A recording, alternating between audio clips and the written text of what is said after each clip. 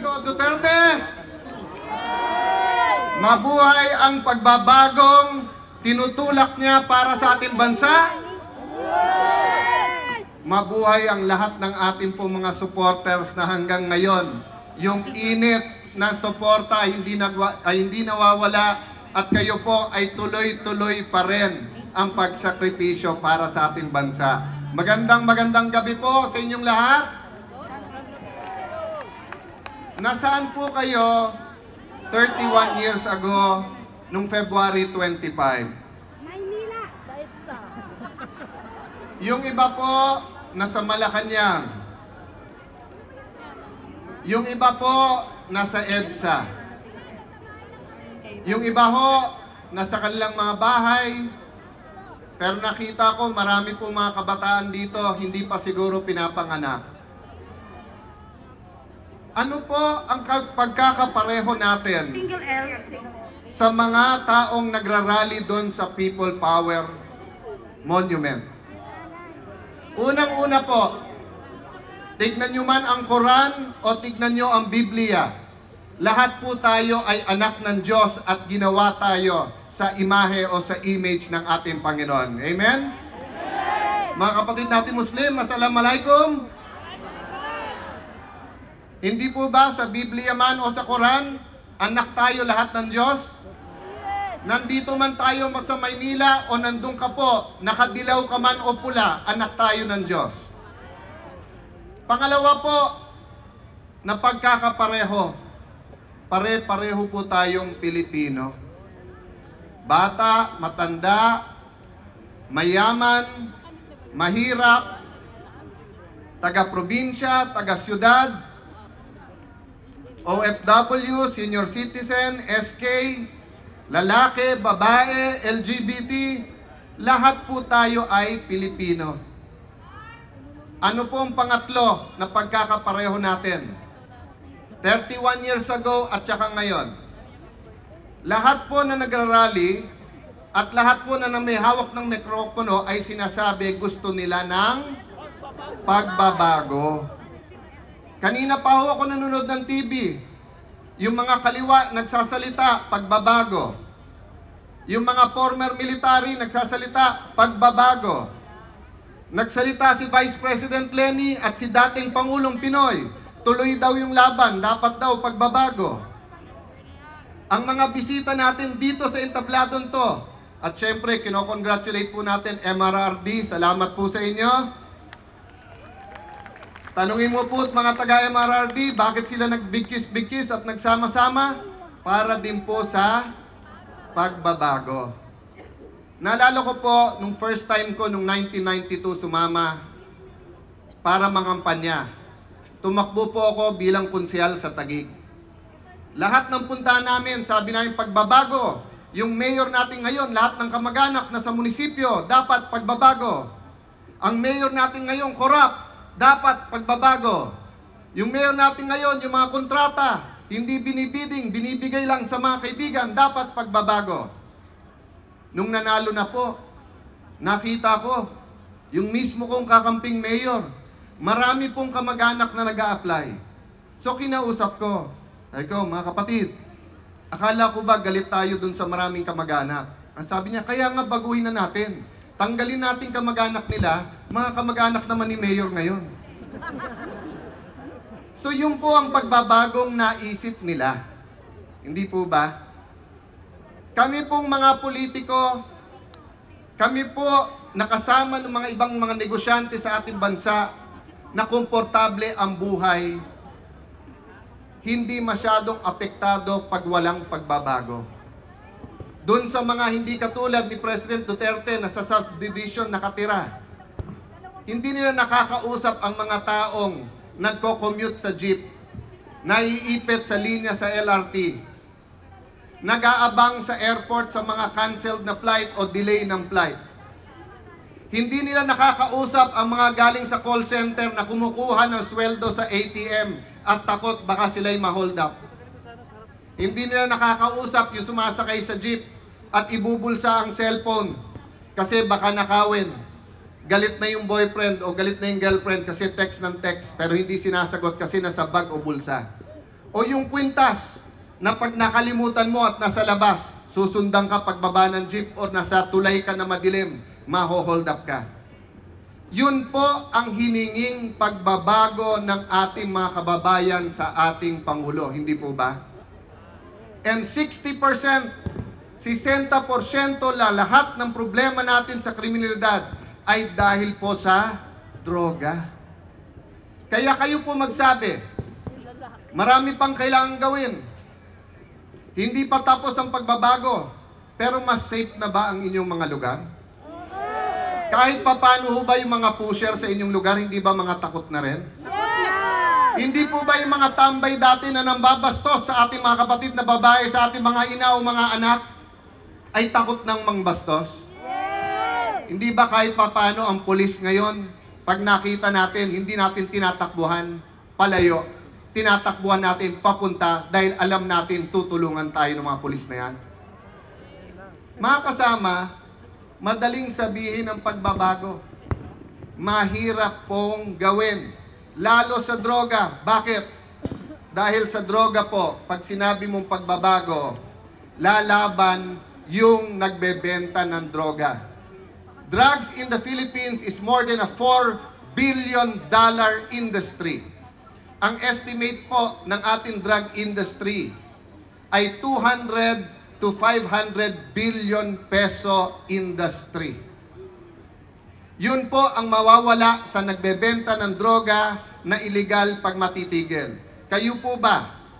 Pag kayo po ay nagbebenta ng droga at kumikita kayo ng 200 billion, basta nyo ba yung ititigil po yan? Pangalawa po, marami sa nagbebenta ay user din po. Parang si J.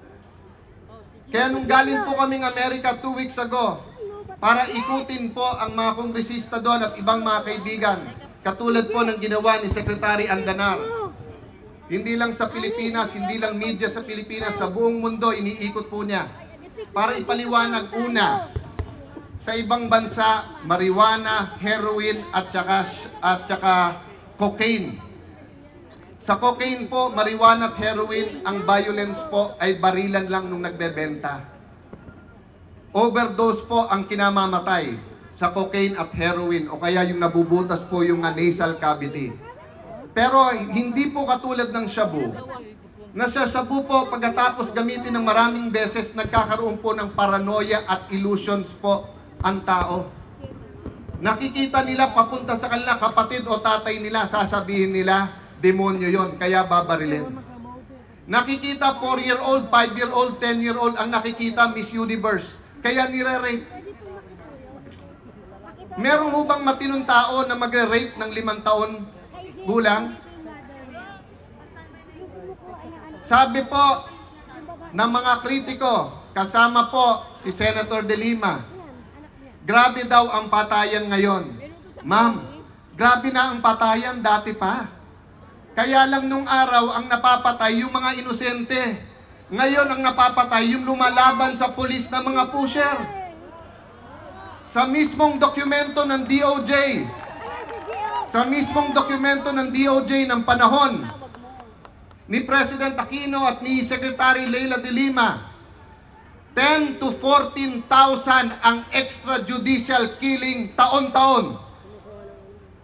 Buwan-buwan po, mahigit 1,000 ang extrajudicial killings. Bakit hindi nagsasalita yung iba nun? Alam niyo po bakit? Naglabas ng executive order si President Aquino na hinanda po ni Secretary de Lima. Ang sabi po doon, kapag ka hindi ideology, hindi labor leader, hindi pare o madre, hindi aktivista ang napatay, hindi extrajudicial killing yon. Ibig sabihin, pag pusher o kapwa pusher nagpatayan, hindi extrajudicial killing. Pagdating ni Duterte, bawat isang patay, extrajudicial killing. At bawat isang yon, si Duterte na ang may kasalanan. Pagkatapos po namin may paliwanag yon, sa iba't ibang bansa sa Asia, nagkaisa po ang ating mga kapitbahay na suportahan ang ating Pangulo laban sa terrorism, laban sa piracy, laban sa droga. Magugulat po kayo pagpunta namin ng Singapore, Cambodia, Malaysia, sa Peru.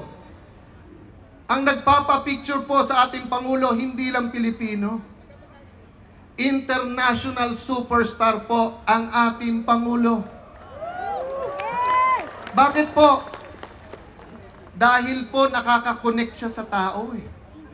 Pag sinabi naman niyang papatayin kita, hindi yan para sa inyo.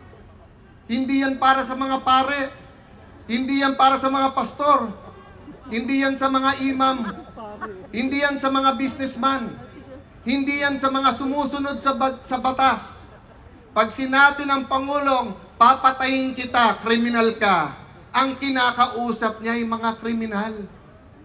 Dahil yun ang lengguwahe na alam nila.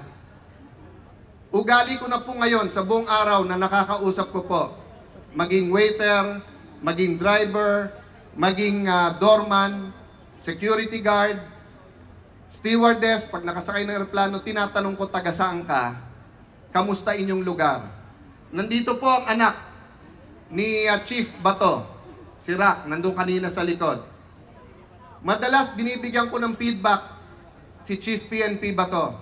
Sabi ko, sir, dito sa lugar na to, tahimik daw. Sir, dito, ganito daw. Sir, sa ganito, may pulis daw. Alam niyo po, itong 2 linggo na nakalipas, anong sabi sa akin? Sir, sinumula nung sinabing sinuspinde ang tokhang, maraming pusher ang bumalik. Totoo ba? Sa inyong lugar, bumalik ba yung mga pusher? Pag bumalik ang pusher, kasunod na niya ng patayan ng inosente. Kasama na dyan ang rape, ang nakawan. Kaya ngayong gabi, ako'y nakikiusap sa ating Pangulo at sa PNP. I-relaunch ninyo ang inyong anti-drug drive. At simula sa araw na to, February 25, araw ng revolusyon at pagbabago, hindi na ito Duterte's war on drugs. It will be the people's war on drugs. Dahil kasama tayo sa paglaban sa droga. At hindi lang po sa droga, pati sa korupsyon. Mga kasama, marami hong magpre-perform, marami magsasalita, marami pong magdadasal at kakanta, kaya hindi ho magpapakahaba. Ang dami ko pong gustong ikwento sa inyo ng paninira at hipokrasya ng kabila. Katulad niyan, di ba, hindi daw pwedeng arestuhin si Secretary de Lima sa Senado. Pero nung panahon po ni Presidente Aquino, si Enrile po, dun mismo sa session hall, inaresto. At ang DOJ Secretary nun ay senador ngayon. Siya nag-imbento ng krimen na wala namang ganong krimen. Yung krimen na sinabi po kay Enrile ay yung murder na yung kinomplex po nila. Ang joke nun, complex with catering. Kasi may party sila nung nangyayari yon. Napawalang sala po siya, pero hindi tinawag na political prisoner si Enrile nun. Kanina po si Chairman Gascon, binisita si Secretary de Leila. Okay lang naman yun at dapat, di ba? Para siguraduhin safe siya at maganda yung kanyang kalagayan. Ang tanong ko lang, Chairman Gascon, bakit si Jinggoy hindi mo binisita? Bakit si Enrile hindi mo binisita? Bakit si Pong Revilla hindi mo binisita? At bakit yung napakarami natin mga kaibigan sa kaliwa at yung mga Muslim rebels natin na kinulong, hindi mo rin binisita? So, napakadali pong mag-criticize na political prisoner. Nagulat ako doon sa human rights group, may isang international human rights group. Ginagamit daw ni Duterte ang batas para habulin ang kanyang mga kalaban at ikulong. Mga kasama, hindi si Duterte ang nagpakulong kay De Lima. Ang korte ang nagpakulong kay De Lima. So, ibig nyo sabihin, sinasabi ho ba ng liberal ngayon at ng mga nagsasalita ngayon sa Liberal Party sa Senado na naglabas sila ng mga kasulatan at nagkakaisa daw sila at kinakampihan nila si Secretary de Lima? Number 1, sinasabi nyo ba na ang korte sa presidente sumusunod? Eh hindi naman yung judge na yan, hindi naman na-appoint ni Presidente. Dati na pong judge yan. Pangalawa po, nakita nyo na ba ebidensya? Bulag ba kayo habang naghihiring sa House of Representatives at isang-isa nagsasalita? Bingi pa kayo ng mga kababayan natin na mismo nagsasabi na ang shabu ay nanggaling sa Muntinlupa habang ikaw ang Secretary ng Justice. Kaya mga kasama, nagugulat ako eh. Pag sila nagpakulong, para sa bayan. Pag sila nagpakulong, rule of law. Pag kayo po ang nag-file ng kaso, politika lang yan. Pag kayo nag-file ng kaso, hindi tunay na pusher yan. Kalaban lang daw ni Duterte yan. Mga kasama, sa mahigit 1 taon po na pagbubuntot ko sa ating Pangulo, dito tayo sa Maynila nagsimula ng ating kampanya.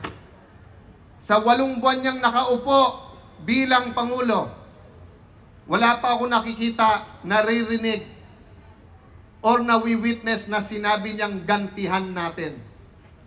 Meron po ako nawi-witness na umupo sa tabi niya at sinasabi sa kanya, gantihan natin. Alam mo ang sagot na Presidente? Pabayaan nyo lang, trabaho nila yan. Tama lang na gawin nila yan. Ganun po ang klase ng ating Pangulo. Kaya iiwanan ko po kayo isang tanong. Proprotektahan nyo po ba ang ating Pangulo? Ipaglalaban po ba natin ang pagbabago? God bless you. God bless the Philippines. Maraming salamat po sa inyong lahat.